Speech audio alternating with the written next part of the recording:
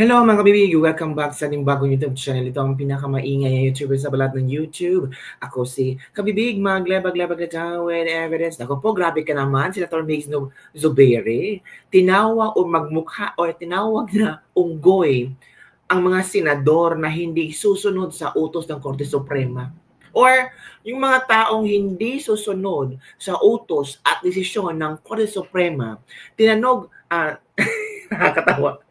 Sinabihan ni Mig Zubiri na unggoy. Hala ka. Grabe naman si Mig Zubiri, oy. Sabi dito mga kabibig, as in, natatawa lang ako. Sabi ni Senator Mig Zubiri dito na let's not defy the Supreme Court.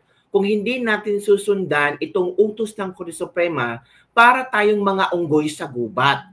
So we must always adhere to the rule of law. Tama din naman si Mig Zubiri. Highest court of the land sa Pilipinas, nagdesisyon na, tapos tayo, hindi tayo susunod. Para tayong mga unggoy, tama nga. So may mga senador ngayon na nagsumite ng resolusyon. May mga pumirma na, mga 4 na senador, mga kabibig. Kiko Pangilinan,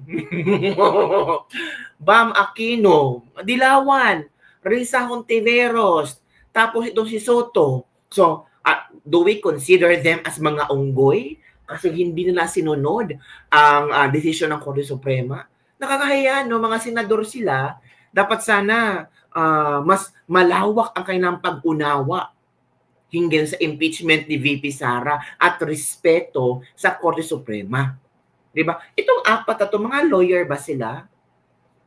Si Risa, I'm sure hindi siya lawyer. Si Tito Soto, hindi siya lawyer. Si Kiko Pangilinan, hindi siya lawyer. Sino pa? Si Bam Aquino, I'm not sure kung lawyer ba siya or hindi. 'Di ba? So, kung hindi nila kinikilala itong impeachment desisyon ng impeachment ni VP Sara, tapos senador sila, parang nakakabahala, no? Na yung iba, they elected these 4 senators na hindi pala marunong sumunod sa utos ng Korte Suprema. Bakit? Kasi maybe ang kanilang pinaglalaban ay kailang sariling interest, sariling emosyon, or maybe ang galit nila sa mga Duterte. Bakit sila galit na galit sa mga Duterte? Ano bang nagawa ng mga Duterte sa kanila? Ito si Bam Aquino noong panahon ng eleksyon, iwas komento sa impeachment ni Sara. Mas marami pa daw dapat asikasuhin at ayusin sa gobyerno. Ngayong na-elect na, ay parang ito yata ang gustong magpasimuno na ma-elect, ma-impeach si VP Sara. Diba? Eto ito yung video ni Senator Mig Zubiri nung tinanong siya about sa desisyon ng Korte Suprema at ano ang kanyang reaction hinggil dito sa mga taong hindi sumunod sa utos. Ito kabibig makinig tayo Okay, Migs. Temporary restraining order that end back unanimous decision. Ito na. Hindi na dapat matuloy na. That's not defying the Supreme Court order. Remember that this is not a temporary restraining order. It's that end back unanimous decision. This is not a temporary restraining order. This is already the final decision of the Supreme Court. Hindi ito TRO. The Supreme Court. Kung hindi natin susundan itong utos ng Korte Suprema, para tayong mga unggoy sa gubat. We're no different than the monkeys in the forest. Correct. Who do not listen to rule of law. So we must always adhere to the rule of law. That's not defying the Supreme Court order. Remember that this is not a temporary restraining order. It's an end back unanimous decision of the Supreme Court. Kung hindi natin susundan itong utos ng Korte Suprema, para tayong mga unggoy sa gubat. We're no different than the monkeys in the forest who do not listen to rule of law. So we must always adhere to the rule of law. Agoy! Naku po, Mig Zubiri. Yung kasamahan mo sa minority black pa naman ang pumirma at nagpalaganap ng resolution. Paano mo parang kung ako si Mig Zubiri, I have to ask myself, kailangan ko bang maging membro ng minority black? Puro yata ito mga mga ayaw sa mga Duterte. Sabi ng iba, mas maganda kung nasa minority block itong si Zubiri kasi alam niya ang mga galawan ng mga apat na senador na ito. Kasi sa minority block, meron si Soto, si Kiko, si Bam, hindi pala, si Kiko at si Bam nandun sa majority. So posible ang naging rason nila, secret lang nila ba? Rason nga, kung ano ang galawan ng majority. At least may nakapenetrate, may nakapasok, di ba? Sa minority, si Soto, si Zubiri, si Risa at sa Ligarda, 'di ba? Ngayon, ang nagpasimuno itong resolution ay si Risa Hontiveros.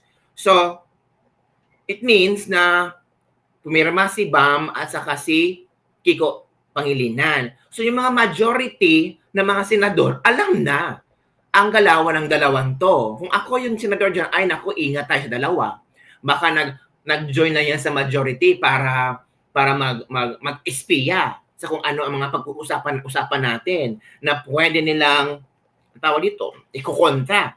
Posible ganun mga kabibig, di ba? Ito nga si Mix Dubere sa minority block, ayaw niya. Kasi we have to respect the law, the rule of law. Kasi kung hindi natin respetuhin ang desisyon ng Korte Suprema, parang mga unggoy sa kagubatan. Tama. Na walang rule of law.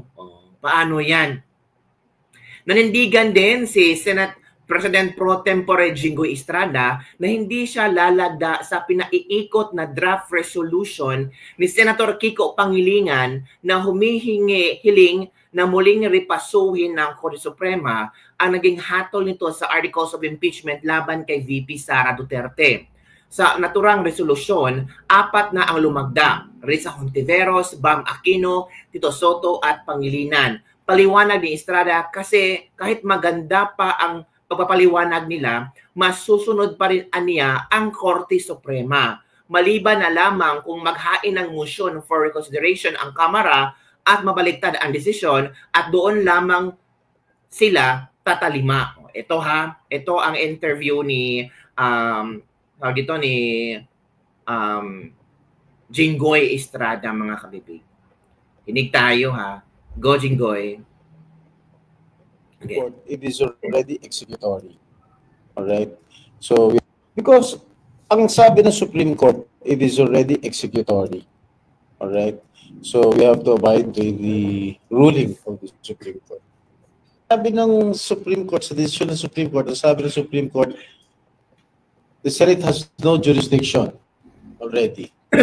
Dahil unconstitutional nga yung final ng House of Representatives. So, you do not have any jurisdiction anymore. And the Senate will not convene as an impeachment court because we do not have any jurisdiction anymore. See? Because, puti pa si Jinggoy, naintindihan niya ang utos ng Korte Suprema. Naunawaan niya. Hindi lawyer si Jinggoy Estrada ha, pero naunawaan niya kung ano ang ibig ng executory. Diba? So ito pa, Jinggoy, meron ka bang pwedeng i-share sa amin kung may iba pang lalagda sa resolution, sa draft na pinapaikot ngayon ni Risa Hontiveros. Ito naman ang sagot ni Jinggoy Estrada, mga kabibig, hinggil sa pinapaikot na resolusyon ni Risa Hontiveros, itong si Madam Risa, no? Napaghalataan talaga, no? Sabihin natin, to abide by the ruling. Okay. Mga 19 to 20.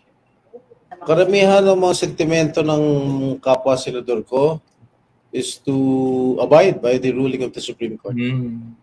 Mga 19 to 20 pala ang susunod or abide the ruling of Supreme Court. So, madami sila, 19 to 20 na mga senador ang hindi pipirma. Naku po, nakakahiya naman. Oo, parang kung ako si Risa, no, mahihiya talaga ako. Kung ako si Kiko Pangilinan, no, mahihiya talaga. Pero they're fighting for what they believe, mga kapibig. Wala tayong magagawa. Ganon talaga ang gusto nilang gawin. Diba? Sabi ng mga netizen, Constitution is the highest law of land. Siyempre, pabor kayo dyan kasi yan ang gusto nyo. Hindi. Hindi ibig sabihin pabor sila dito or hindi. They are abiding the decision of the Supreme Court, 'di ba? Sabi ng isang netizen, paano yung sentimiento ng taong bayan na napapasahod sa inyo eh? Kayo ang mag-question sa Korte Suprema. Yung problema kasi, ang House of Representatives din, na-discuss na ng Korte Suprema kung bakit unconstitutional ang impeachment case ni BP Sara. Pero hindi naman ibig sabihin na hindi na agrabyado or hindi na mananagot si BP Sara sa mga di umano'y kasalanan niya. Ito pa.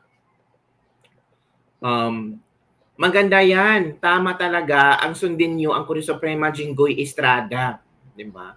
Nasa 90 to 20 senators believe they should abide by the Supreme Court's ruling against the Senate proceeding with the impeachment of trial of Vice President Sara Duterte. Ito ang sabi ni Senator Pro Tempore Jinggoy Estrada.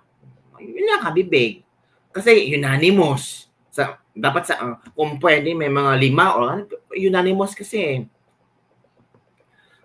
Yun kabibig. Yun, hindi. He said he based his observation on the body language and the statements of his colleagues. It's pretty obvious who they are, sabi naman. No more trial because as the Supreme Court said, the Senate no longer has jurisdiction since what the House of Representatives filed was unconstitutional. So we don't have any jurisdiction anymore. And the Senate will not convene as an impeachment court because we don't have any jurisdiction anymore. Yan mga kabibig. Sabi niya, and if there is a constitutional crisis, what will happen next? There will be a chaos in our government. We are the ones who makes laws and yet we won't follow them. That's awkward. If lawmakers refuse to follow the Supreme Court, how can we expect ordinary citizens with adverse rulings against them to comply? If they don't, it would lead to chaos in the government. Tama naman ang sinabi ni Jinggoy Estrada. Kung hindi kami susunod sa Korte Suprema, makikita ito ng mga tao. So it means ang mga tao pwede din hindi susunod sa kung ano mga desisyon sa Korte Suprema.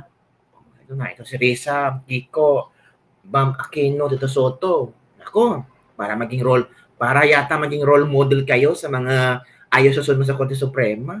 Diba? Yun lang ang bibig ang ating Libag-Libag for today. Well, Tito Soto, Bam Aquino, Kiko Pangilinan, Alison Ontiveros, they're just standing on what they believe. So, karapatan din nila na mag-draft ng resolution and asking for some of the senators to sign para nila sa Korte Suprema.